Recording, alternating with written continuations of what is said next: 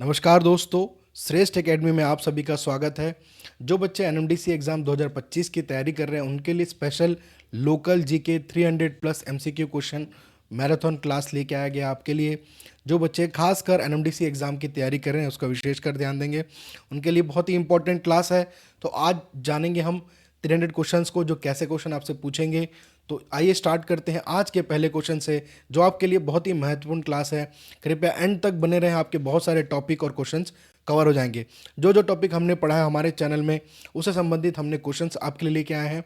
तो स्टार्ट करते हैं। आज के जो पहले क्वेश्चन है वो है, आज का पहला क्वेश्चन, दंतेवाड़ा की कुल जनसंख्या कितनी है अगर आपसे पूछे तो याद रखेंगे 2.83 लाख के आसपास इसकी जनसंख्या है। तो आपको याद रखना है 2,83,479 इसकी कुल जनसंख्या आसपास। ठीक है, तो अनुमानित डाटा लेना है आपको 2.83 लाख, ये आपका राउंड फिगर याद रखेंगे। दंतेवाड़ा जिले में कुल कितनी ग्राम पंचायतें हैं अगर आपसे ऐसा पूछे तो कितने हैं? 169 ग्राम पंचायत है दंतेवाड़ा जिले में। दंतेवाड़ा जिले में कुल कितने तहसील है अगर आपसे पूछे तो 6 तहसील है, 4 विकास खंड है। दंतेवाड़ा जिले की प्रमुख फसलें कौन सी है अगर आपसे पूछता है तो चावल, मक्का, कोदो, कुटकी, जो कि प्रमुख फसल के अंतर्गत आते हैं। दंतेवाड़ा जिले का एसटीडी कोड क्या है अगर आपसे पूछे तो 07856 एसटीडी कोड है। दंतेवाड़ा जिले की लिंगानुपात क्या है अगर आपसे पूछे तो 1023, जो कि लिंगानुपात है दंतेवाड़ा जिले की। दंतेवाड़ा जिले में कितने विकास खंड है? टोटल 4 विकास खंड है। दंतेवाड़ा जिले की सभी जनपद पंचायतों में कुल कितनी ग्राम पंचायत है अगर आपसे पूछे तो 169 ग्राम पंचायत है। दंतेवाड़ा जिले की किस जनपद पंचायत में सबसे अधिक ग्राम पंचायत है अगर आपसे पूछे तो याद रखेंगे गिदम, जो कि सबसे अधिक ग्राम पंचायत है, लगभग 56 के आसपास कुछ। दंतेवाड़ा जिले के कुआकोंडा में कितने ग्राम पंचायत है अगर आपसे पूछे तो 36 ग्राम पंचायत है। दंतेवाड़ा जिले में कुल कितने पुलिस थाने हैं अगर आपसे पूछे तो याद रखेंगे दंतेवाड़ा में कुल कितने पुलिस थाने हैं? 11 पुलिस थाना है। ठीक है, अगला क्वेश्चन, गोंडी में बड़ा पत्थर को क्या कहते हैं? देखिए, आपसे गोंडी से सवाल जरूर पूछा जाएगा, गोंडी से जरूर सवाल पूछा जाएगा, इसका विशेषकर ध्यान देंगे। जिसे कहा जाता है बिडियाट कल। ठीक है, बिडियाट कल थोड़ा सा डिफिकल्ट है गोंडी शब्द, तो इसमें आपको विशेषकर छोटी छोटी चीज़ें पे ध्यान देना है। लूप का हिंदी में क्या अर्थ होता है अगर आपसे पूछे, जो कि लूप एक गोंडी शब्द है और उसका हिंदी में अर्थ होता है 12 सिंगा। ठीक है, क्या होगा? 12 सिंगा। तो आपको इसमें भी अच्छे से ध्यान देना है। गोंडी में कोसरा या कोलना का मतलब क्या होता है, जिसको कहा जाता है कोदो कुटकी? क्या कहा जाता है? कोदो कुटकी कहा जाता है, कोसरा या कुलना। ठीक है, लूप जो कि बड़ा पत्थर को क्या कहते हैं? बिडियाल कल। ठीक है, बिडियाटकल। और कोसरा या कोलना को क्या कहते हैं? कोदो कुटकी। लूप जो कि एक गोंडी शब्द है, उसका हिंदी में क्या होगा? 12 सिंगा। तो ऐसे याद रखना है। छोटा पहाड़ का गोंडी में क्या अर्थ है? गुम्बाल। एक्चुअल में गुम्बाल लिखाएगा, गुब्बाल। ठीक है, गुब्बाल इसका अर्थ है गोंडी का, गुब्बाल।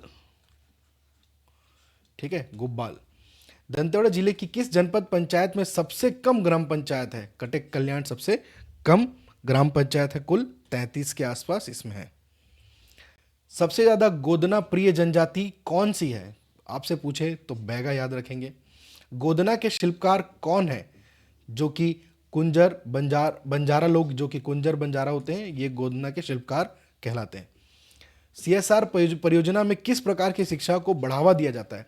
मैं बात कर रहा हूँ सीएसआर यानी कॉरपोरेट सोशल रेस्पॉन्सिबिलिटी की, खासकर आदिवासी बालिका बालिका शिक्षा पर। ठीक है, शिक्षा को बढ़ावा, तो बालिका शिक्षा, जो आदिवासी बालिका शिक्षा को बढ़ावा देना। कॉरपोरेट सोशल रिस्पॉन्सिबिलिटी, जो कि वहाँ पे पब्लिक सेक्टर एनएमडीसी उनके द्वारा ये कार्य किया जाता है, जो समाज के प्रति कुछ अच्छे कार्य, जैसे हॉस्पिटल के प्रति है, शिक्षा या स्कूल, रोड, ट्रांसपोर्ट, तो संबंधित उससे है। सीएसआर फंड का उपयोग किसके लिए होता है? खासकर जो कि सोशल डेवलपमेंट कह सकते हैं, सामाजिक विकास हेतु इसका उपयोग किया जाता है सीएसआर फंड का। बैलेडिला खनन क्षेत्र में किस तरह की जैव विविधता थी? ठीक है, खासकर उष्ण कटिबंधीय सदाबहार वन। आदिवासियों की सहमति प्राप्त करने की प्रक्रिया क्या कहलाती है? मैंने आपको पेसा एक्ट बताया हमारे चैनल पर, पेसा एक्ट। ठीक है, इसमें थोड़ा सा वॉल्यूम बहुत अच्छा नहीं आया, ऐसा सुनने में आया कमेंट सेक्शन में। मैं पैसा एक्ट एक बार और रिकॉर्ड करूंगा पार्ट 2 के माध्यम से, फिर से एक बार समझाने की कोशिश करूंगा। आपके लिए बहुत महत्वपूर्ण है पैसा एक्ट, जो बच्चे एनएमडीसी एग्जाम की तैयारी कर रहे हैं, क्योंकि एनएमडीसी खनन खासकर बैलेडिला की पहाड़ियों पे होता है, जो कि जंगल जमीन से घिरा हुआ है और खासकर आदिवासी क्षेत्र है, यानी अनुसूचित क्षेत्र है। ऐसे क्षेत्र पे कोई भी अगर कंपनी खनन के लिए आती है, उसको उन्हें ग्राम सभा की अनुमति ज़रूर लेना होता है। जैसा कि डिपॉजिट नंबर 13, जो कि डिपॉजिट निक्षेप नंबर 13 बैलेडिला पर्वत पर अडानी ग्रुप के द्वारा लिया गया था, परंतु इस परियोजना को रोक दिया गया, क्योंकि इसमें कहा गया कि फर्जी ग्राम सभा सहमति, और साथ ही साथ ये इस परियोजना का जो विरोध खासकर आदिवासियों ने किया, क्योंकि बैलाडीला जो नंदीराज पर्वत है वो एक धार्मिक स्थल के रूप में है आदिवासियों के लिए। तो एक महत्वपूर्ण एक्ट है पैसा एक्ट आपके लिए। मैं जो भी आपको पढ़ा रहा हूँ, आपको लग रहा होगा कि इसमें थोड़ा सा क्या बकवास है, पैसा एक्ट क्यों पढ़ना ज़रूरी है?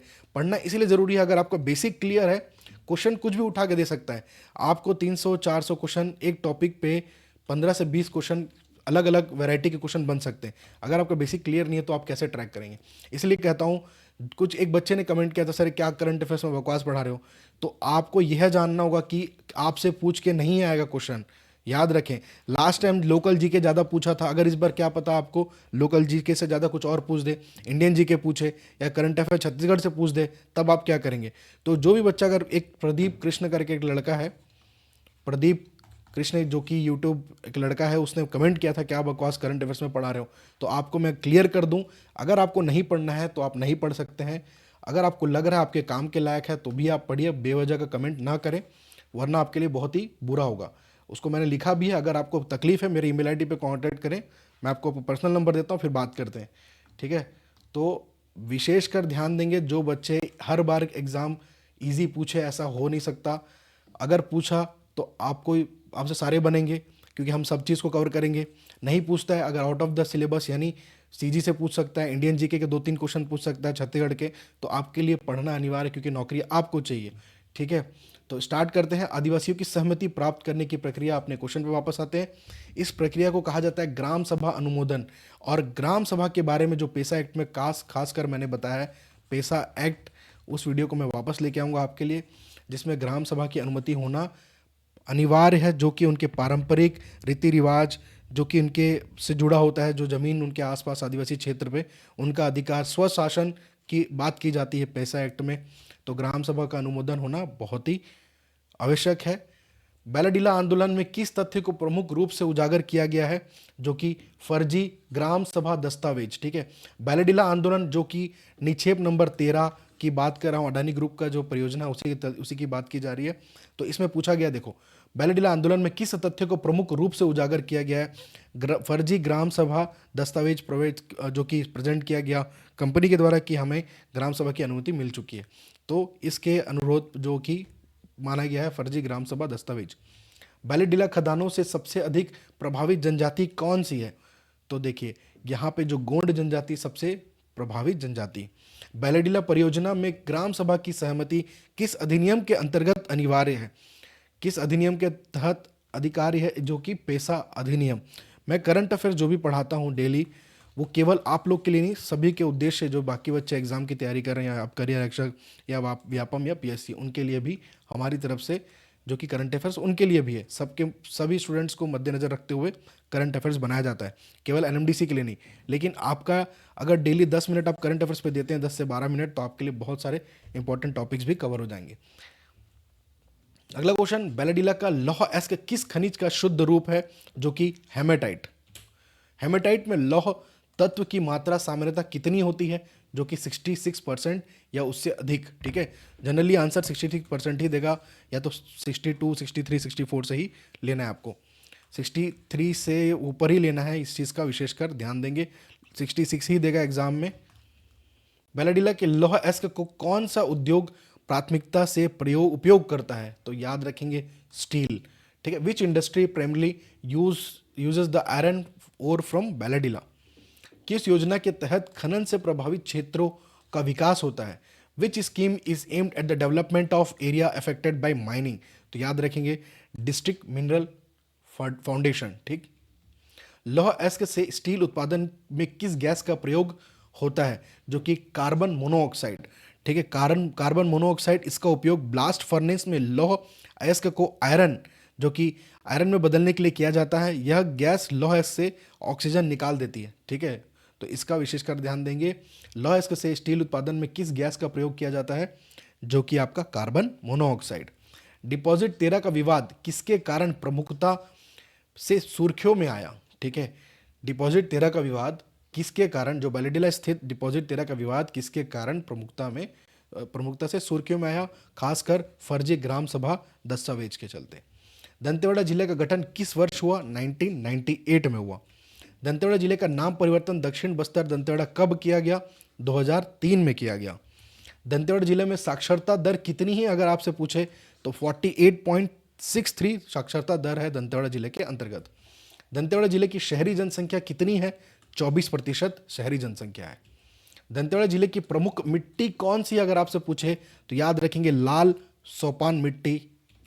दंतेवाड़ा जिले की जल विद्युत उत्पादन क्षमता कितनी है, 125 मेगावाट। एक खासकर मैं बोध घाट परियोजना की बात कर रहा हूँ।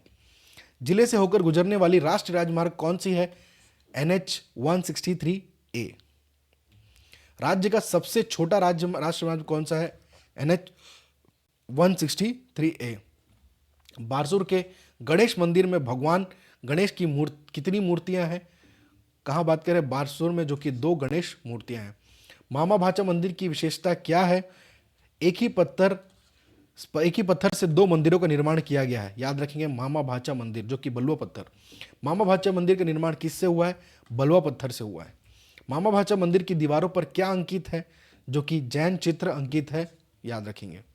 बारसूर का कौन सा मंदिर सामूहिक शिवालय समूह का उदाहरण है, बात कर रहे हैं बारसूर का कौन सा मंदिर सामूहिक शिवालय समूह का उदाहरण है, याद रखेंगे 32 मंदिर, 2 शिवलिंग यहां पर। नंदीराज पर्वत किस जनजाति समुदाय का पवित्र स्थल माना जाता है, जो कि मुड़िया जनजाति का पवित्र स्थल माना जाता है।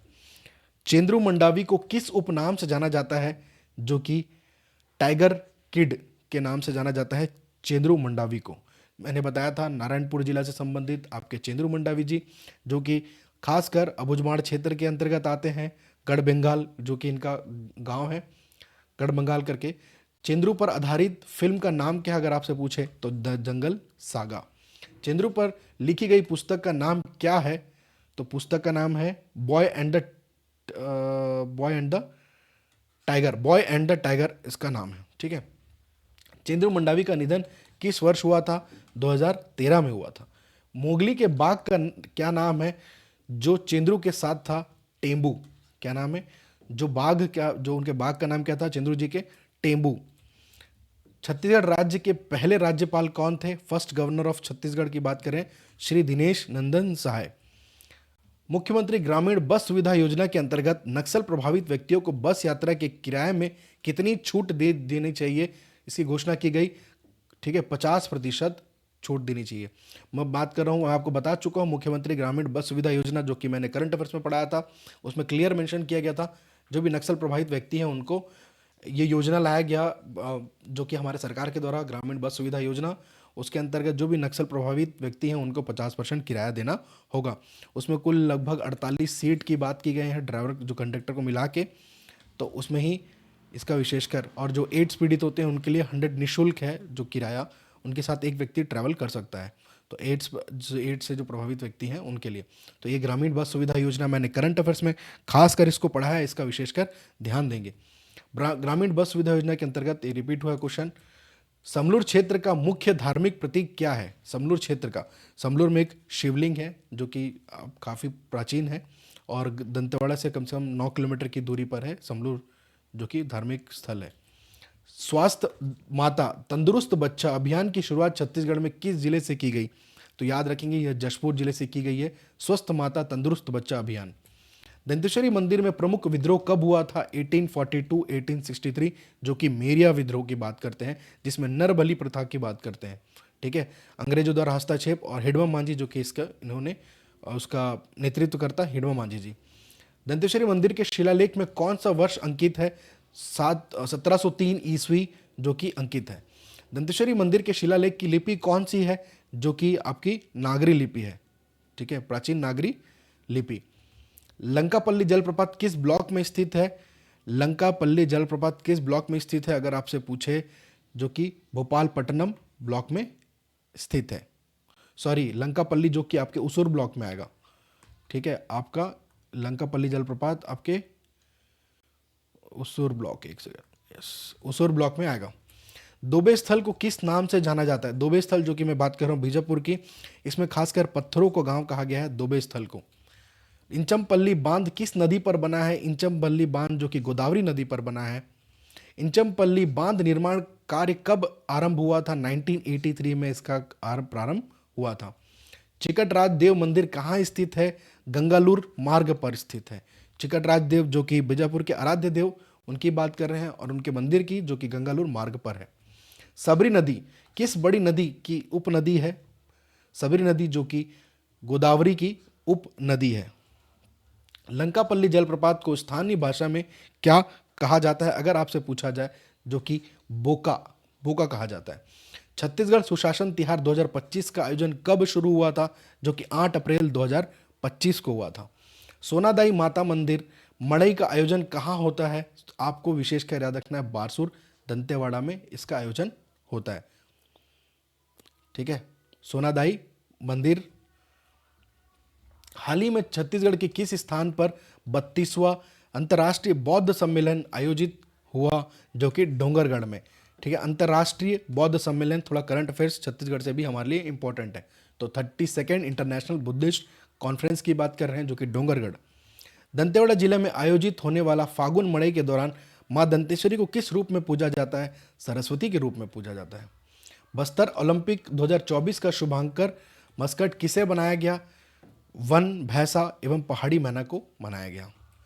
बस्तर ओलंपिक 2024 के प्रतीक चिन्ह में किस एक वाद्य यंत्र का अंकन है? तुरही, तुरही का अंकन है। प्रदेश के स्थानीय खिलाड़ियों द्वारा ओलंपिक खेलों में स्वर्ण पदक जीतने वाले खिलाड़ियों को राज्य सरकार कितनी प्रोत्साहन राशि प्रदान की जाएगी? मैं बात कर रहा हूँ हमारे छत्तीसगढ़ राज्य की, तो लगभग 3 करोड़, कुल 3 करोड़ जो कि ओलंपिक खेलों में स्वर्ण पदक जीतने पर इनको राशि दी जाएगी। अरुण देव गौतम छत्तीसगढ़ के कितने, मतलब कौन से पोजीशन के पुलिस महानिदेशक हैं आपसे पूछा जा रहा है। Which number DGP of Chhattisgarh? ठीक है, अरुण देव गौतम जो कि 12वें नंबर के पुलिस महानिदेशक हैं छत्तीसगढ़ के। The PESA act is enacted in which year? 1996। पेसा अधिनियम कब, किस वर्ष लागू किया गया? 1996। पेसा अधिनियम किन क्षेत्रों पर लागू होता है? 5वीं अनुसूची क्षेत्रों पर यह लागू होता है। पेसा के अंतर्गत विकास योजनाओं को स्वीकृति देने का अधिकार किसे है? ग्राम सभा को है। देखिए कितना इंपॉर्टेंट क्वेश्चन है, खासकर अनुसूचित क्षेत्र। पेसा के अंतर्गत विकास योजनाओं को स्वीकृति देने का अधिकार किसे है? ग्राम सभा को है। ठीक है, किस संविधान संशोधन के बाद पेसा अधिनियम की आवश्यकता पड़ी? 73वें संविधान संशोधन के बाद। पेसा अधिनियम कितने राज्यों में लागू है? कुल 10 राज्यों में लागू है। फौजा सिंह की मृत्यु के समय उनकी आयु कितनी थी? 114, जो कि हाल ही में इनका निधन हुआ है। भाई आप समझिए, कोई 89 वर्ष की उम्र में मैराथन रनर के दौड़ना स्टार्ट किया, और 100, मतलब इस उम्र में लोग उठ नहीं पाते, इन्होंने रनिंग स्टार्ट कर दिया। ठीक है, कितने लोग बीमारियों से जूझते हैं। तो क्या ऐसे व्यक्ति के बारे में आपका उत्तरदायित्व तो नहीं है? तो इनके बारे में आपको जानना चाहिए, फौजा सिंह के बारे में, और हाल ही में इनका निधन हुआ है। फौजा सिंह किस उपनाम से प्रसिद्ध है जिन्हें पगड़ीधार तूफानी के नाम से जाना जाता है? फौजा सिंह ने कितनी उम्र में मैराथन दौड़ना शुरू किया? 89। फौजा सिंह किस ओलंपिक खेलों में मशाल वाहक है? एथेंस 2004 और लंदन 2012। ठीक है, छत्तीसगढ़ के सुकमा में स्थित सीआरपीएफ की किस बटालियन को बेस्ट फॉरवर्ड ऑपरेशन बेस, देखिए सुकमा जिले से संबंधित 150वीं बटालियन को जो कि बेस्ट फॉरवर्ड ऑपरेशन बेस का पुरस्कार मिला। बेस्ट फॉरवर्ड ऑपरेशन पुरस्कार किसने प्रदान किया? अमित शाह जी ने प्रदान किया। छत्तीसगढ़ का पहला किसान स्कूल किस जिले में शुरू किया गया? जांजगीर चांपा में स्कूल, जो कि स्कूल चालू किया गया, छत्तीसगढ़ का पहला किसान स्कूल। विश्व युवा कौशल दिवस हर वर्ष कब मनाया जाता है? 15 जुलाई को मनाया जाता है। विश्व युवा कौशल दिवस 2025 का जो थीम क्या था? Youth empowerment through AI and digital skills. संयुक्त राष्ट्र द्वारा विश्व युवा कौशल दिवस की घोषणा किस वर्ष की गई? 2014 में। संजीवनी एक्सप्रेस के माध्यम से चिकित्सा का आपात स्थिति के लिए कौन सा नंबर डायल करना चाहिए? 108। भारत में महिला हेल्पलाइन नंबर क्या है? 1091। बैलेडिला खदानों के संचालन के लिए एनएमडीसी ने किस राज्य सरकार के साथ विशेष समझौता किया? छत्तीसगढ़। बैलेडिला का लौह एस्क किस श्रेणी में आता है? उच्च ग्रेड, जो कि हाई ग्रेड की श्रेणी में आता है। स्टील निर्माण में लौह एस्क के अलावा कौन सा खनिज प्रमुख होता है? जो कि कोयला। एनएमडीसी के बैलाडिला परियोजना का उत्पादन स्थल कहाँ स्थित है? बात कर रहे हैं बैलाडिला परियोजना का उत्पादन स्थल कहाँ पर है? बचेली और किरंदुल। वन अधिकार अधिनियम 2006 का मुख्य उद्देश्य क्या है? जो आदिवासियों को भूमि अधिकार इसका मुख्य उद्देश्य है। नक्सली संगठन खनन परियोजना का विरोध क्यों करते हैं? याद रखेंगे, भूमि अधिकारों को शोषण मानते हैं, या फिर वे आर्थिक रूप से मजबूत होते हैं, वे प्रगति के पक्षधर हैं। तो याद रखेंगे आंसर क्या होगा? भूमि अधिकारों का शोषण मानते हैं। पेसा अधिनियम किस वर्ष लागू किया गया था? 1996 में से लागू किया गया था। वन अधिकार अधिनियम कब पारित हुआ था? 2006 में वन अधिकार अधिनियम पारित किया गया था। पेसा अधिनियम किसका संरक्षण करता है? आदिवासी ग्राम सभा अधिकारों का यह खासकर क्या करता है? संरक्षण करता है। बैलेडिला क्षेत्र के विवादों के समाधान हेतु क्या आवश्यक है? देखो, बैलेडिला क्षेत्र के विवादों के समाधान, संवाद और ग्राम सभा की पारदर्शिता बहुत इंपॉर्टेंट है। डिपॉजिट 13 के विरोध के बाद निर्णय क्या हुआ? परियोजना जो कि रोक दी गई। मैं बात कर रहा हूँ डिपॉजिट 13 बैलेडिला। अगर इस क्वेश्चन को और अच्छे से लिखा जाए तो बैलेडिला क्षेत्र, बैलेडिला के पर्वत जो कि श्रृंखला है उसके अंतर्गत जो निक्षेप है एनएमडीसी का, डिपॉजिट 13 के विरोध के बाद क्या निर्णय लिया गया? परियोजना को रोक दिया गया आदिवासियों के द्वारा। वन अधिकार अधिनियम किसे वन भूमि पर अधिकार देता है? खासकर अनुसूचित जनजातियों पर अधिकार देता है। ठीक है। किस योजना के तहत बैलेडिला क्षेत्र में आदिवासी क्षेत्रों के लिए छात्रावास बनाए गए हैं? किस योजना की बात कर रहे हैं? सीएसआर, कॉर्पोरेट सोशल रेस्पॉन्सिबिलिटी योजना के तहत बैलेडिला क्षेत्र में आदिवासी छात्रों के लिए क्या बनाया गया? छात्रावास बनाया गया है। बैलेडिला की खदानों से निकलने वाला अपशिष्ट किस प्रकार की समस्या पैदा करता है? तो याद रखेंगे, जल प्रदूषण। पर्यावरण संरक्षण अधिनियम लागू होता है किस वर्ष से? तो याद रखेंगे 1986। सीएसआर का पूर्ण रूप क्या है? Corporate social responsibility. लौह एस्क खनन से सबसे बड़ा पर्यावरणीय खतरा क्या है? समुद्री प्रदूषण, वनों की कटाई, ज्वालामुखी भूस्खलन, जो कि वनों की कटाई। एनएमडीसी द्वारा चलाया गया बालिका शिक्षा योजना किसका हिस्सा है? सीएसआर का हिस्सा है। सीएसआर के तहत चिकित्सक सुविधा में क्या उपलब्ध कराया गया? जो कि मोबाइल हेल्थ वैन उपलब्ध कराया गया सीएसआर के तहत। बैलेडिला क्षेत्र में निवास करने वाली प्रमुख जनजातियां कौन सी है? गोंड, मुरिया और हल्बा। नंदीराज पर्वत आदिवासियों के लिए क्या है? आदिवासियों के लिए क्या है नंदीराज पर्वत? एक धार्मिक स्थल है, इसका विशेषकर ध्यान देंगे। 2019 में डिपॉजिट 13 का विरोध किस संस्था को खदान दिए जाने के कारण हुआ था? जो कि अदानी ग्रुप को। ठीक है, 2019 में डिपॉजिट 13 का विरोध हुआ था, उसी की बात कर रहे हैं यहाँ पर। आंदोलनकारियों का प्रमुख आरोप क्या था? कि फर्जी ग्राम सभा सहमति। एनएमडीसी का एनएमडीसी एक प्रकार की क्या संस्था है? खासकर निजी कंपनी है, या फिर एनजीओ है, या फिर सार्वजनिक उपक्रम है, या सरकारी संस्था है? तो याद रखेंगे पब्लिक सेक्टर अंडरटेकिंग, जो कि सार्वजनिक उपक्रम है। बैलेडिला क्षेत्र की किस प्रकार के विद्रोह से प्रभावित है? बैलेडिला क्षेत्र किस प्रकार के विद्रोह से प्रभावित है, पूछ रहा है आपसे। तो याद रखेंगे जो कि नक्सलवादी विद्रोह से प्रभावित है। नक्सलियों ने किस कारण खनन का विरोध किया था? शोषण और विस्थापन। चिकटराज देव का मंदिर कहाँ स्थित है? गंगालूर। बीजापुर से नगर से गंगालूर मार्ग पर स्थित है। चिकटराज देव किस रूप में विराजमान है? जो कि बांस नुमा लकड़ी में विराजमान है। ये आपका इमेज है चिकटराज देव जी के, जो कि बीजापुर के क्या है? आपके आराध्य देव है। चिकटराज देव की मूर्ति की अनुमानित ऊंचाई क्या है? जो कि 6 से 7 फुट। चिकटराज देव मंदिर में अन्य कौन से देवी देवताओं की मूर्तियां स्थापित हैं? गणेश, विष्णु, शिव और लक्ष्मी जी की। चिकटराज देव मंदिर में मेला कब आयोजित होता है? राम नवमी के बाद आने वाले पहले मंगलवार को आयोजित होता है। चिकटराज देव को किस नगर के आराध्य देव माने जाते हैं? जो कि बीजापुर नगर के आराध्य देव। स्थानीय मान्यता के अनुसार भद्रकाली मंदिर में देवी की प्रतिमा सबसे पहले किसने स्थापित की थी?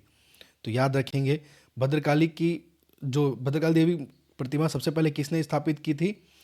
काकतीय वंश ने इसकी स्थापित की थी। काकतीय वंश याद रखेंगे, ठीक है।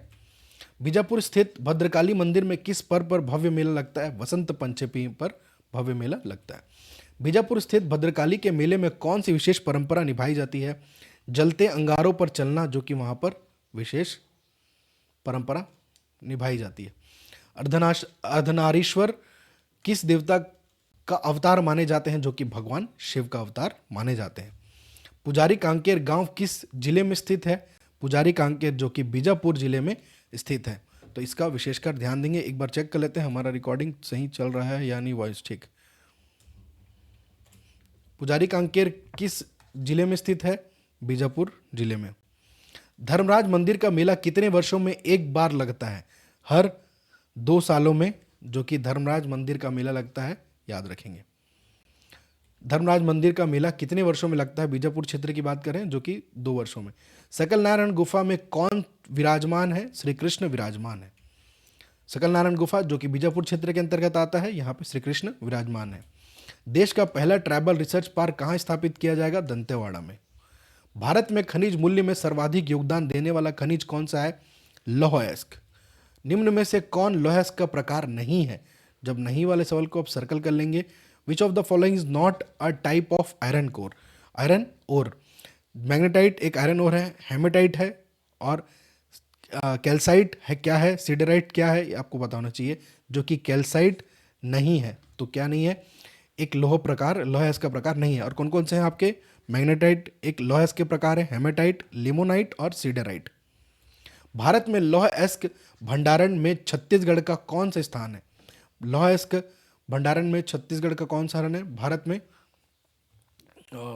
इसका आंसर क्या होगा? थर्ड, ठीक है, थर्ड। इसका क्या होगा आंसर? थर्ड। सबसे पहले कौन है? उड़ीसा, उसके बाद आता है आपका कर्नाटक, उसके बाद आता है आपका छत्तीसगढ़। 2022-23 में भारत में कुल लौह अयस्क उत्पादन में छत्तीसगढ़ का योगदान कितना है? 15.90% जो कि इसका योगदान है। 15.90% कुल लौह अयस्क उत्पादन छत्तीसगढ़ में। भारत में लौह अयस्क का कुल भंडारण कितना है अगर आपसे पूछे तो 4592 मिलियन टन इसका कुल भंडारण है। छत्तीसगढ़ राज्य का पहला आदिवासी संग्रहालय कहाँ स्थापित किया गया है? जो कि नया रायपुर अटल नगर में। ये कुछ आपका इमेज है आदिवासी संग्रहालय संबंधित, इसका विशेषकर ध्यान देंगे।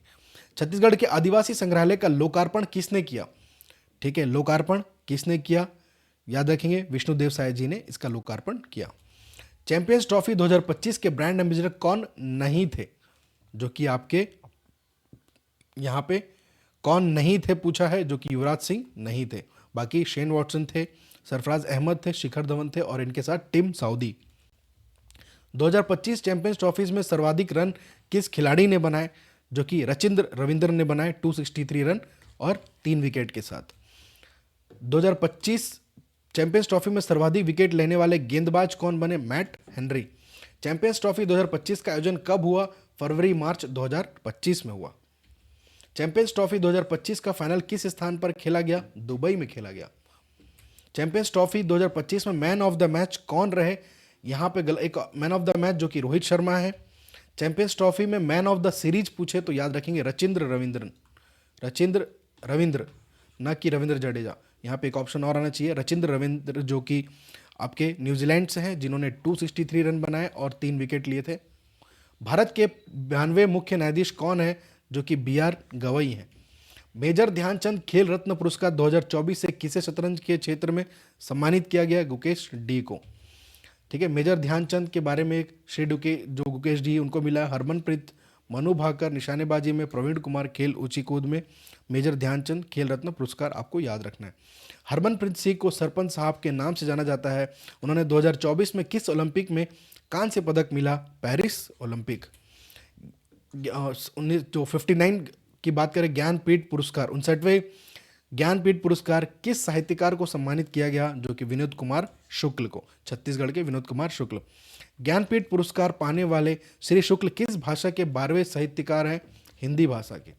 ज्ञानपीठ पुरस्कार प्राप्त करने वाली पहली महिला कौन थी? जो कि आपकी आशापूर्णा देवी जी। छत्तीसगढ़ के ज्ञानपीठ पुरस्कार पाने वाले पहले साहित्यकार जो कि विनोद कुमार शुक्ल हैं। बारसूर दंतेवाड़ा में पूजी जाने वाली सोनादाई मंदिर का एक अन्य नाम क्या है? मावली माणिकेश्वरी देवी है। बारसूर दंतेवाड़ा में आयोजित इस मड़ई का आयोजन किस माह में होता है? खासकर आपका जो कि ये होता है आपका बारसूर दंतेवाड़ा में आयोजित मड़ई माह का फाल्गुन माह, जहाँ तक चैत्र माह में होता है, चैत्र चैत्र माह में इसका होता है बारसूर दंतेवाड़ा में आयोजित मड़ई मेला का। बारसूर दंतेवाड़ा में सोनादाई माता मंदिर जो माता मड़ई के दौरान कौन सा पारंपरिक धार्मिक अनुष्ठान किया जाता है? जो कि कोचा करसाड़। बारसूर दंतेवाड़ा में मनाया जाने वाला यह मेला किस वंश की परंपरा से है? नाग वंश की परंपरा से।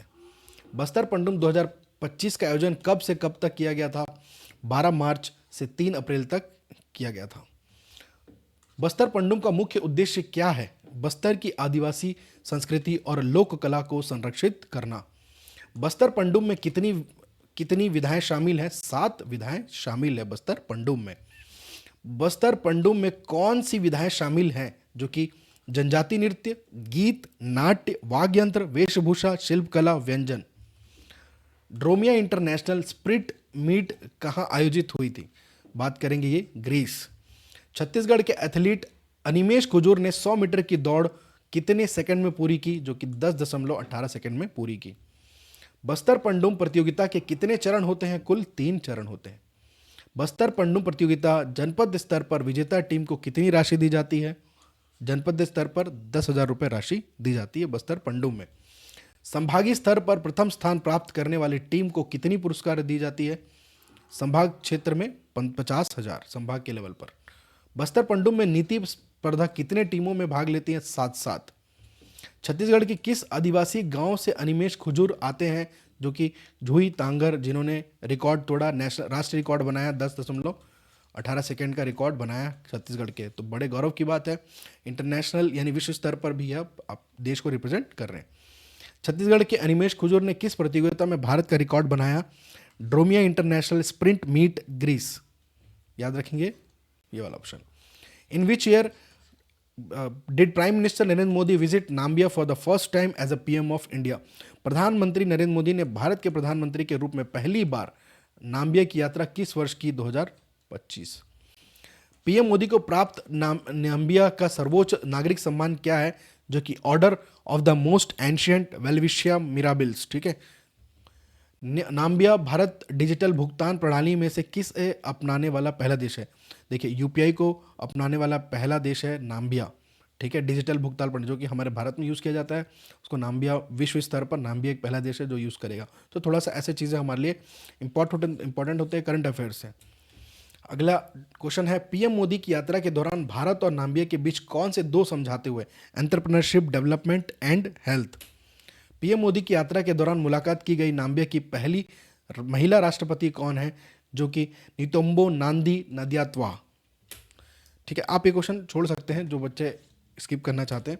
देश का पहला ट्राइबल रिसर्च पार्क कहाँ स्थापित किया जाएगा? दंतेवाड़ा में।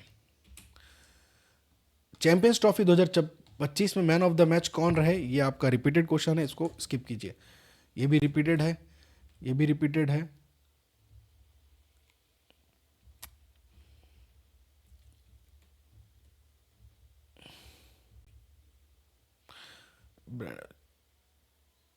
ये भी रिपीटेड है। हाँ, ट्राइबल रिसर्च पार्क को विकसित करने की जिम्मेदारी किस संस्था को सौंपी गई है? आईआईटी भिलाई को सौंपी गई है। ठीक, जुलाई 2025 में अंतर्राष्ट्रीय क्रिकेट परिषद के 7वें सीईओ के रूप में किसे नियुक्त किया गया? भारत में क्रिकेट को बड़ी प्राथमिकता दी जाती है, तो ऐसे में आपको थोड़ा सा पता होना चाहिए। जो कि 7वें सीईओ बने हैं संजय जोग जी, जो कि आईसीसी के। आईसीसी का मुख्यालय कहाँ है? बहुत बेसिक क्वेश्चन है, स्पोर्ट्स संबंधित, दुबई। बारसूर दंतेवाड़ा में स्थित सोनादाई माता मंदिर को किस समुदाय की देवी माना जाता है? गोंड समुदाय की जो कि देवी माना जाता है, गोंड समुदाय की। ठीक है, गोंड समुदाय की देवी माना जाता है, इसको आप ध्यान देंगे। आगे बढ़ते हैं। दंतेवाड़ा जिले में इमली प्रसंस्करण एवं कोल्ड स्टोरेज इकाई की स्थापना किस स्थान पर की जाएगी? जो कि livelihood college society Dantewada. BCCI का सर्वश्रेष्ठ all rounder of the year award 2023-24 किस खिलाड़ी को मिला है? छत्तीसगढ़ से आपके शशांक सिंह को मिला है, जो कि पंजाब किंग्स के लिए खेलते हैं आईपीएल में। शशांक सिंह को किस प्रतियोगिता में उनके प्रदर्शन के लिए बीसीसीआई द्वारा सम्मानित किया गया है? विजय हजारे ट्रॉफी में। ऑपरेशन संकल्प की शुरुआत कब हुई? जो कि 21 अप्रैल 2025 में इसकी शुरुआत हुई है ऑपरेशन संकल्प। ऑपरेशन संकल्प का मुख्य उद्देश्य क्या है? छत्तीसगढ़ को मार्च 2026 तक नक्सल मुक्त बनाना इसका मुख्य उद्देश्य है। कोर्रा गुट्टा पहाड़ी किसके गढ़ के रूप में मानी जाती है? जो कि पीपल्स लिबरेशन गुरिल्ला आर्मी के गढ़ के रूप में मानी जाती है कोर्रा गुट्टा की पहाड़ी। ऑपरेशन कगार कब शुरू किया गया था? जो कि आपका जनवरी 2024 केंद्रीय गृह मंत्रालय के द्वारा, ठीक है, जनवरी 2024 केंद्रीय गृह मंत्रालय के द्वारा शुरू किया गया था ऑपरेशन कगार। ऑपरेशन कगार का मुख्य उद्देश्य क्या है? नक्सलियों का उन्मूलन और माओवादी विचारधारा को खत्म करना इसका मुख्य उद्देश्य। ऑपरेशन कगार किन क्षेत्रों में चलाया जा रहा है? खासकर बस्तर, छत्तीसगढ़, गढ़चिरौली, महाराष्ट्र और पश्चिम सिंहभूम, झारखंड। अगला क्वेश्चन, छत्तीसगढ़ का पहला नक्सल मुक्त गांव कौन सा है? याद रखेंगे बेड़ेसेट्टी, सुकमा जिले के अंतर्गत बेड़ेसेट्टी जो कि पहला नक्सल मुक्त गांव। केंद्रीय गृह मंत्री श्री अमित शाह ने नक्सल मुक्त गांव के विकास हेतु कितनी राशि देने की घोषणा की? जो कि 1 करोड़ रुपए नक्सल मुक्त गांव के लिए राशि देने की घोषणा की है अमित शाह जी ने। बारसूर में स्थित त्रिमुखी सूर्य प्रतिमा की ऊंचाई लगभग कितनी है? जो कि आपका 3 फीट। त्रिमुखी सूर्य प्रतिमा किस जिले में स्थित है? जो कि दंतेवाड़ा जिले में। जिले पूछा है आपसे, आप है तो ये याद रखेंगे दंतेवाड़ा जिले में है, बस्तर संभाग के अंतर्गत, ठीक। दंतेवाड़ा जिले के बारसूर त्रिमुखी सूर्य प्रतिमा को ग्रामीण किस नाम से जानते हैं? तमानगुड़ी के नाम से जानते हैं। दंतेवाड़ा जिले के बारसूर त्रिमुखी सूर्य प्रतिमा किस प्रकार के रथ पर सवार की गई है? 7 घोड़े वाले रथ पर। कांगेर घाटी राष्ट्रीय उद्यान का कुल क्षेत्रफल कितना है? 200 वर्ग किलोमीटर। कांगेर घाटी को राष्ट्रीय उद्यान का दर्जा कब मिला? 1982 में मिला। धुड़मा रास को किस कार्यक्रम के अंतर्गत चुना गया? धुड़मा रास जो कि best tourism village upgradation programme के तहत इसे चुना गया। नियत नीलानार योजना का शाब्दिक अर्थ क्या है? आपका अच्छा गांव। नियत नीलानार योजना यानी जो भी सरकार के द्वारा योजना लाती है उस सारी योजना को इस एक योजना के अंतर्गत रख दिया गया है और इसको नियत नीलानार जो कि गोंडी शब्द है और इसको आपका दंडामी लोग बोलते हैं आपका अच्छा गांव हिंदी में इसका। नीयत नीलानार योजना किस भाषा के शब्द हैं? दंडामी बोली, ठीक है। एनएमडीसी स्टील लिमिटेड किस मंत्रालय के अंतर्गत कार्य करती है? मिनिस्ट्री ऑफ स्टील के अंतर्गत। एनएमडीसी स्टील प्लांट कहाँ स्थित है? जो कि आपका नगरनार में। एनएमडीसी स्टील प्लांट की उत्पादन क्षमता कितनी है? 3 मिलियन मैट्रिक टन जो कि पर एनम 3 मिलियन, ठीक है, मैट्रिक टन पर एनम है। एनएमडीसी स्टील प्लांट की अनुमानित लागत कितनी है? 24,000 करोड़ रुपए। एनएमडीसी स्टील लिमिटेड प्लांट द्वारा उत्पादित एचआर रोल की चौड़ाई कितनी है? 1650 mm। एचआर रोल यानी हॉट रोल्ड कॉइल्स के बारे में मैं पढ़ा चुका हूँ। एनएमडीसी बैलेडिला स्पेशल क्लास आप देख सकते हैं, उसमें मैंने बताया है। निम्न में से कौन सा स्टील एनएमडीसी प्लांट में उत्पादित नहीं होता है? तो स्टेनलेस स्टील उत्पादित नहीं होता है। बाकी आपके HSLA steel, API grade steel, dual phase steel उत्पादित होता है। मेरिया विद्रोह का मुख्य कारण क्या था? मानव बलि प्रथा पर रोक। मेरिया विद्रोह का नेतृत्व किसने किया था? हिडमा मांझी ने। मेरिया विद्रोह किस मंदिर से संबंधित है? जो कि आपका दंतेश्वरी मंदिर से संबंधित है। एक बार चेक कर लेते हैं ठीक से रिकॉर्ड हो रहा है या नहीं। हाँ, ठीक, दंतेश्वरी मंदिर। अगला, आदिवासियों ने मेरिया प्रथा पर प्रतिबंध को किस रूप में लिया था? सांस्कृतिक हस्तक्षेप या धार्मिक परिवर्तन या शिक्षा अभियान या सुधार के रूप? तो याद रखेंगे सांस्कृतिक हस्तक्षेप के रूप में लिया था मेरिया विद्रोह, ठीक है, प्रतिबंध को। सुकमा जिला किस वर्ष गठित किया गया? 2012 में। छत्तीसगढ़ का सबसे कम साक्षरता दर वाला जिला कौन सा है? आपका सुकमा जिला। सुकमा जिले का साक्षरता दर कितना है? 34.81%। सुकमा जिला कितने राज्यों की सीमा से जुड़ा है? जो कि आपका कितने राज्यों से जुड़ा है? तो इसको आपको समझने के लिए देखना पड़ेगा। सुकमा जिले को मैप बनाएंगे जब नीचे साइड हिस्सा इस तरह आपका तेलंगाना, उड़ीसा और कौन से राज्य को टच करता है, तो आप एक बार इसका मैप बनाएंगे तो आपको आसानी से समझ में आएगा। एक बार मैप बनाते हैं, बहुत आसान होता है मैप बनाना, ठीक है। ये ऐसा कुछ मैप हमने सीखा था, ठीक है। ये देखिए, ये आपका सुकमा, इस सुकमा जिले की बात कर रहे हैं। तो सुकमा जो कि किस राज्य को टच करता है आपसे पूछ रहा है। सुकमा जिला कितने राज्य को टच करता है, खासकर 3 राज्यों को। कौन कौन से? आंध्र प्रदेश, उड़ीसा और तेलंगाना, ठीक है। आंध्र प्रदेश, उड़ीसा और तेलंगाना। तो याद रखेंगे, आंध्र प्रदेश, उड़ीसा और ये आंध्र प्रदेश, ये तेलंगाना और ये उड़ीसा, याद रखेंगे, ठीक है। तो आपको इसका विशेषकर ध्यान देना है, किस तरफ तेलंगाना है आपका, इस तरफ तेलंगाना, इसका आंध्र प्रदेश और उड़ीसा। तो 3 राज्यों को इमेज, जो कि मैंने मैप बनाना बताया आपको पहले भी, तो आप ऐसे आसान तरीके से बना सकते हैं। सुकमा का विधानसभा क्षेत्र कौन सा है? कोंटा। सुकमा जिले की प्रमुख जनजाति कौन सी है? दोरला, जो कि डोरला या दोरला लिखता है, दोरला याद रखेंगे, दोरला, दोरला, ठीक है। एक बार चेक करते हैं रिकॉर्डिंग।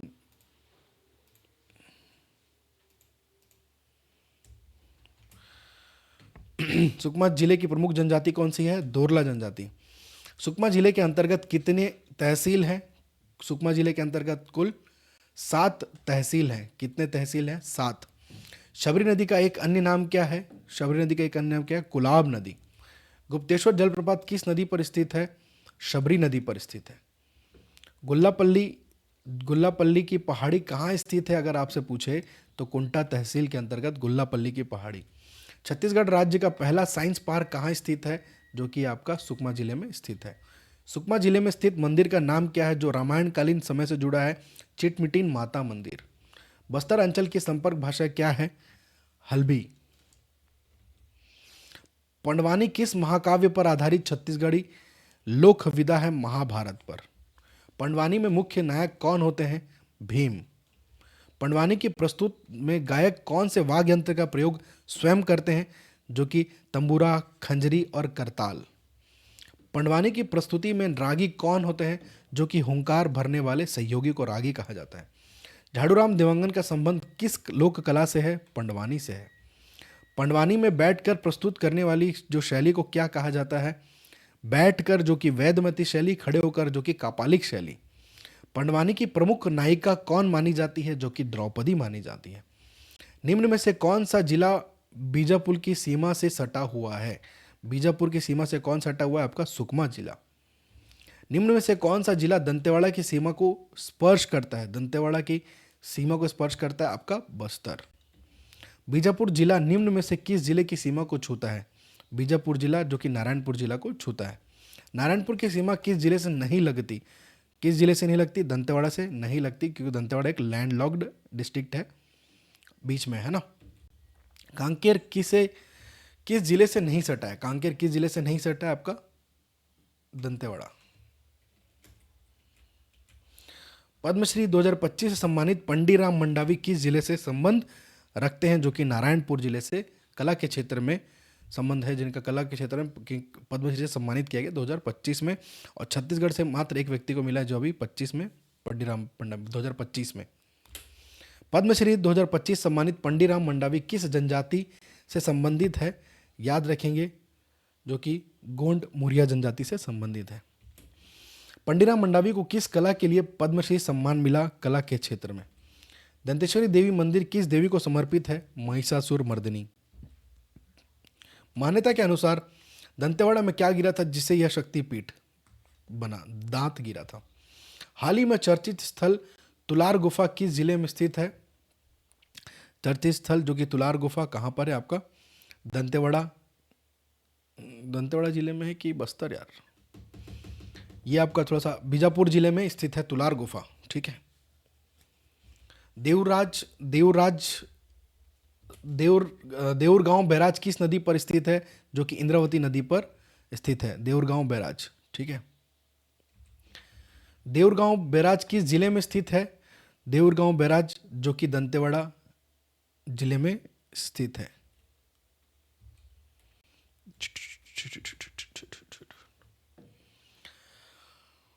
सॉरी, ये बस्तर जिले में स्थित है दंतेवाड़ा, जो कि देउरगांव बैराज। बस्तर के किस स्थान पर छत्तीसगढ़ का पहला पारंपरिक हीलिंग सेंटर शुरू होने जा रहा है? कांगेर घाटी। देश का पहला वन मंदिर कहाँ स्थित है? दंतेवाड़ा। वन मंदिर का कुल क्षेत्रफल कितना है? 10 एकड़। देश का पहला वन मंदिर का मुख्य उद्देश्य क्या? शिक्षा, स्वास्थ्य और संस्कृति का समन्वय। सकल नारायण गुफा किस जिले में स्थित है? बीजापुर जिले में स्थित है। सकल नारायण गुफा का वार्षिक मेला कब आयोजित होता है? वार्षिक मेला होता है चैत्र कृष्ण अमावस्या से 3 दिन पूर्व यहाँ पर होता है। चैत्र कृष्ण अमावस्या से 3 दिन पूर्व वार्षिक मेला। सकल नारायण मंदिर किस नदी के किनारे स्थित है? चिंतावांगू नदी किनारे स्थित है। दंतेश्वरी मंदिर किस दिशा की ओर है? पूर्व दिशा। दंतेश्वरी मंदिर का मूल निर्माण किस वंश ने करवाया था? छिंदक नाग वंश ने करवाया था। गरुड़ स्तंभ मंदिर के किस भाग पर स्थित है? प्रवेश द्वार पर स्थित है। शिलालेखों के अनुसार दंतेश्वरी देवी का पूर्व नाम क्या है? मणिकेश्वरी। दंतेश्वरी मंदिर किस 2 नदियों के संगम पर है? शंखनी और डंखनी। मंदिर में स्थित शिलालेख किसने लिखा था? पंडित भगवान मिश्र ने लिखा था। दंतेश्वरी मंदिर में स्थित शिलालेख किस भाषा में है? जो कि आपका छत्तीसगढ़ी भाषा में है। दंतेश्वरी मंदिर का जीर्णोद्धार किस शासक ने करवाया था? जीर्णोद्धार की बात करें तो अन्नम देव, और अगर मूल में पहले किसने बनवाया तो छिंदक नागवंश ने। दंतेश्वरी मंदिर का निर्माण किस शताब्दी में हुआ? जो कि 12वीं शताब्दी में। दंतेश्वरी नदी का उद्गम स्थल कहाँ है? उद्गम स्थल इंद्रावती नदी का उद्गम स्थल। इंद्रावती नदी का उद्गम स्थल कहाँ पर है? जो कि कालाहांडी, ओडिशा। इंद्रावती नदी बस्तर में किस जिले से प्रवेश करती है? जो कि आपका बस्तर जिले से प्रवेश करती है। इंद्रावती नदी पर स्थित प्रमुख जलप्रपात कौन सा है? इंद्रावती नदी पर स्थित प्रमुख जलप्रपात जो कि चित्रकूट। इंद्रावती नदी की कुल लंबाई कितनी है? 264 किलोमीटर। ढोलकल गणेश प्रतिमा का निर्माण किसने करवाया था? छिंदक नागवंश ने करवाया था, शासक ने करवाया था। ढोलकल गणेश प्रतिमा किस जिले में स्थित है?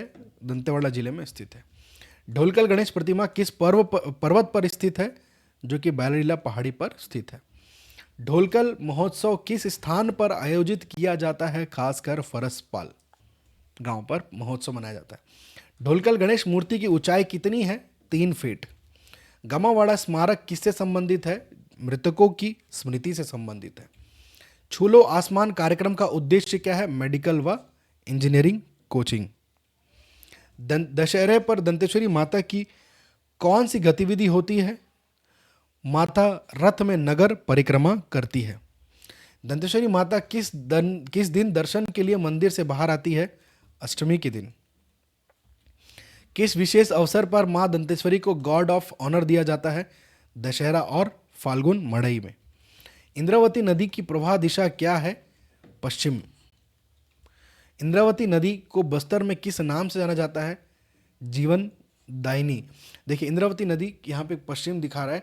जब आप पूर्व से बस्तर के बाहर, जो कि छत्तीसगढ़ के बाहर उसका जो उद्गम है कहाँ पर है? उड़ीसा के कालाहांडी से पूर्व से एंट्री होती है और पश्चिम की ओर बहती है, जो कि इंद्रावती नदी। ठीक है। डंकिनी नदी का उद्गम स्थल कहाँ पर है? जो कि डांगर डोंगरी क्षेत्र में। दंतेवाड़ा जिले का गठन किस वर्ष हुआ था? 1998 में। रिपीट हुआ क्वेश्चन। दंतेवाड़ा जिले का नाम 2003 में किस नाम से परिवर्तित किया गया था? दक्षिण बस्तर। NH 163 की लंबाई कितनी है और यह किस जिले में है? 12 किलोमीटर, दंतेवाड़ा जिले में। बोधघाट परियोजना किस नदी पर स्थित है? जो कि इंद्रावती नदी पर स्थित है। इंद्रावती नदी पर स्थित प्रमुख जलप्रपात कौन सा है? चित्रकूट। शंखनी नदी किस नदी में मिलती है? शंखनी नदी जो कि डंकिनी में मिलती है। डंकिनी नदी का उद्गम स्थल कहाँ पर है? डांगर डोंगरी। बस्तर दशहरा के प्रारंभकर्ता कौन है? पुरुषोत्तम देव। बस्तर दशहरा की शुरुआत कब होती है? श्रावण अमावस्या के समय इसकी शुरुआत होती है। बस्तर दशहरा कितने दिनों तक मनाया जाता है? 75 दिनों तक। बस्तर दशहरा का समापन कब होता है? अश्विन शुक्ल पक्ष चतुर्दशी के दिन समापन होता है। प्रमुख रस्में बस्तर दशहरा में कितनी चलती हैं? कुल 13 दिन का रस्म होता है। बस्तर दशहरा का पहला कार्यक्रम क्या है? पाट जात्रा। अंतिम रस्म कौन सा होता है आपका? मुरिया दरबार अंतिम रस्म। तुपकी का क्या उपयोग है? भगवान जगन्नाथ को सलामी देने को जो कि तुपकी का उपयोग किया जाता है। तुपकी का निर्माण किस जनजाति के द्वारा किया जाता है? धुरवा एवं भतरा जनजाति। ये मवरा नहीं हुए, भतरा जनजाति। धुरवा एवं भतरा जनजाति। बस्तर दशहरा का प्रारंभ किसने किया था? पुरुषोत्तम देव ने किया था। बस्तर दशहरा रथ खींचने वाली रस्सी कौन से गांवों के द्वारा बनाई जाती है? खासकर करंजी, सोनाबाल और केशपाल के गांव के द्वारा। तुपकी का निर्माण किस जनजाति के द्वारा किया जाता है? धुरवा एवं बतरा जनजाति। ठीक है, रिपीट हुआ है। पाट जात्रा होगा, ये यात्रा नहीं है, ये पाट जात्रा लिखेंगे इसको। पाट जात्रा का अर्थ क्या होता है? रथ निर्माण की लकड़ी की पूजा को कहा जाता है पाट जात्रा, जो कि सबसे पहला रस्म है या पहला स्टार्टिंग बोल सकते हैं, जो कि दशहरा पर्व में सबसे पहले इसी को किया जाता है। लकड़ी लाने की जिम्मेदारी किन गांवों की होती है? अगरवारा कचोरा पार्टी की। रथ बनाने वाले बढ़ई किस गांव से होते हैं? जो कि झार उमर गांव से होते हैं। ठीक है, उस्मर गांव नहीं होगा, ये उमर गांव होगा, सा को हटा देंगे, उमर गांव, झार उमर गांव। डेरागढ़ी रस्म किस स्थान पर होता है? सिरहासार भवन, जगदलपुर। काछन देवी की गद्दी किससे बनाई जाती है? बेलबूटों के कांटों से बनाई जाती है। बस्तर दशहरा की शुरुआत किस देवी की पूजा से होती है? काछन देवी की पूजा से होती है। शुरुआत की बात कर रहे हैं, बस्तर दशहरा की शुरुआत की, काछन देवी। रैला पूजा किस जाति की महिलाएं, जो कि खासकर हलबा जाति की महिलाएं। ठीक है। जोगी बिठाना किस समुदाय से संबंधित है? जोगी बिठाना जो कि हलबा समुदाय से संबंधित है, जो कि बस्तर दशहरा का एक पार्ट है।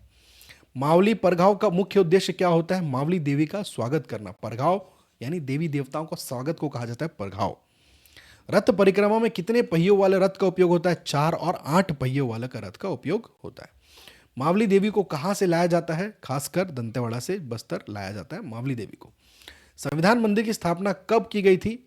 ठीक, खासकर याद रखेंगे 6 अक्टूबर 1992 में संविधान मंदिर की स्थापना की गई थी, जो कि बुरंगपाल में स्थित है, बस्तर जिले के अंतर्गत। ठीक है, मावली भाटा गांव। देश का एकमात्र संविधान मंदिर किस स्थान पर है? बुरंगपाल, बस्तर जिले के अंतर्गत बुरंगपाल।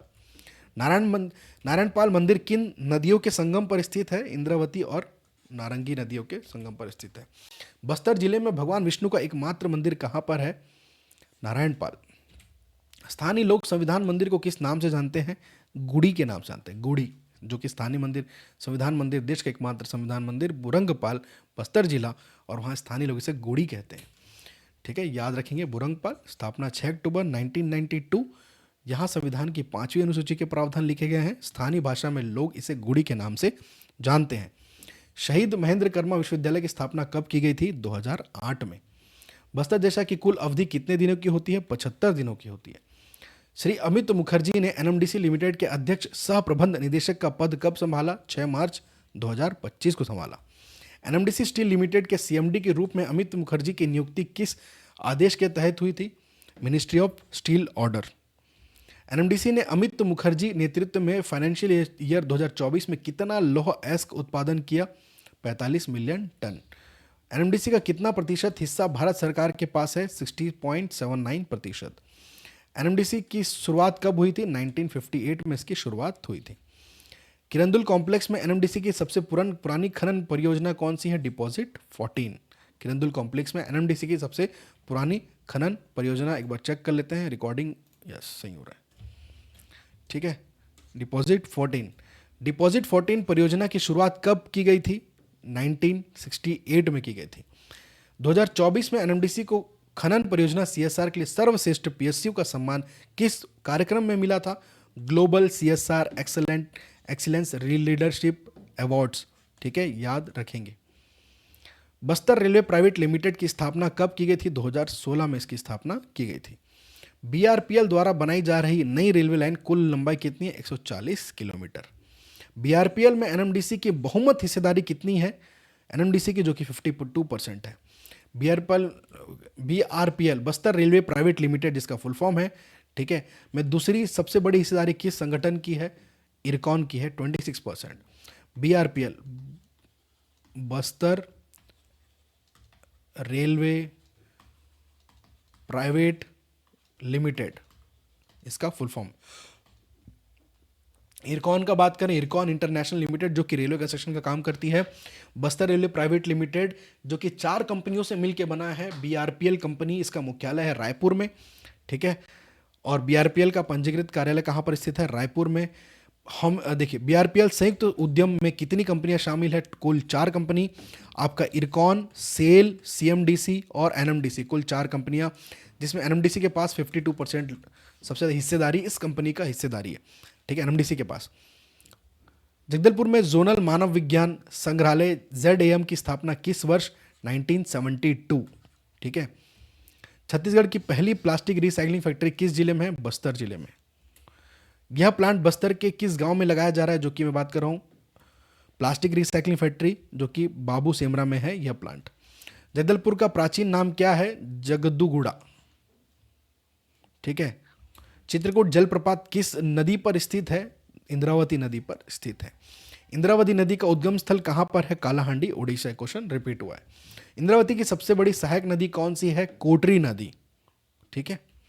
बस्तर के नारायणपाल में स्थित विष्णु मंदिर का निर्माण किसके द्वारा कराया गया था? सोमेश्वर देव प्रथम के द्वारा। इंद्रावती नदी छत्तीसगढ़ में किस जिले से प्रवेश करती है? बस्तर जिले से प्रवेश करती है। इंद्रावती नदी को बस्तर की किस उपाधि से जाना जाता है?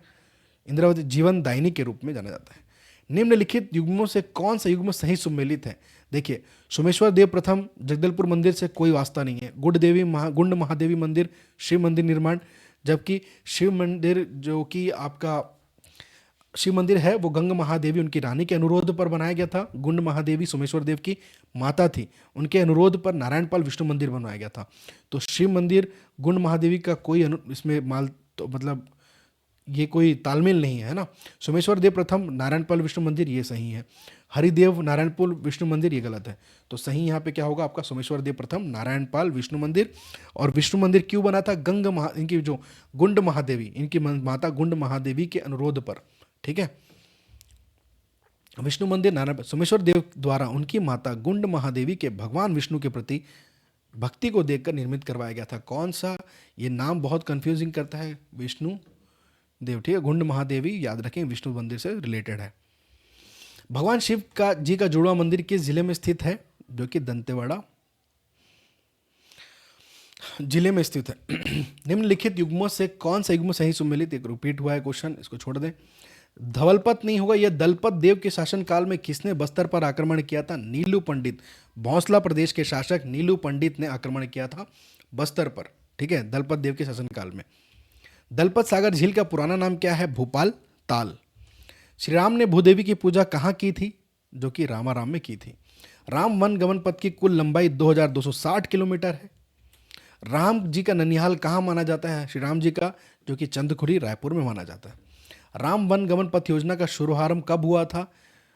इसका शुभारंभ कब हुआ था? 26 जनवरी यार 22 नवंबर 2019 को इसका शुभारंभ। यार 21, ये थोड़ा डेट कन्फ्यूजन है मुझे ख्याल से, जहाँ तक 2021 में इसका शुभारंभ हुआ था शायद।